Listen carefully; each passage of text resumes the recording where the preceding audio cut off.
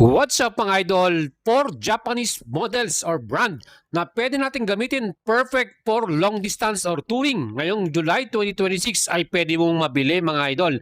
At itong mga model na to ay kilala pagdating sa kanilang reliability, may after sales or maraming parts na available at hindi lang yan pagdating sa kanilang mga comfort, high-tech features talagang magugustuhan mo. Mga idol, samahan niyo ako at isa-isayin natin ano ba ang kanilang presyo, ano ba ang kanilang mga specs and features. At kung mahilig ka sa ganitong video, please don't forget to follow my page at subscribe sa ating channel. Mga idols, unahin na natin ang bagong Yamaha NMAX TechMax. Meron tong YECBT engine, dual shock absorber with sub-tank. Talagang komportable ang ating mga rider dyan at passenger. At naka full color TFT display, keyless ignition with stop and start.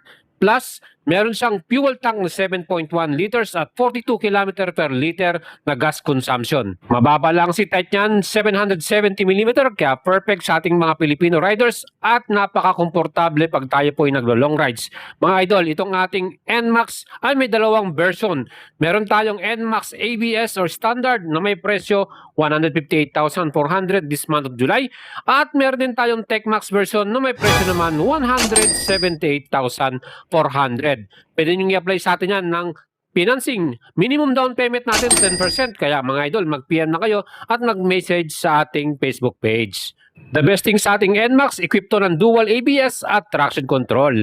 Next model naman natin, syempre pa ang pinakasikat na model ng Honda Philippines. Yan nga po ang Honda ADB 160 na may engine type 156.9cc.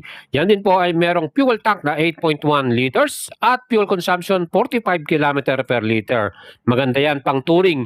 At mga idol, pagdating sa comfort level, dual shock absorber din ito with sub-tank. And siguradong magandang bounce at handling yan at komportable sa ating passenger for touring. Mga idols, ito po ay meron ding equipped na TFT display. Plus, meron din siyang Honda Smart Key System with anti-theft at equipped na rin ito ng idling, stop and start kaya matipid sa gas. Mga idols, ito pong ating ADB 160 ABS type may presyo 167,500.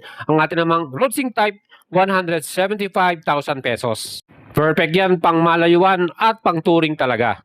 Next naman, ang Honda PCX 160. Meron din tayong dalawang version nito, Roadsync type at standard type. Mga idol, ang ating PCX 160 may engine na 156.9cc plus fuel capacity 8.1 liters at 46 km per liter na consumption. Mababa rin ang sitay dito, 764mm.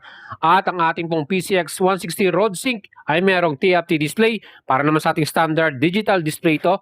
Solid din ang ating safety features para sa ating PCX Roadsync.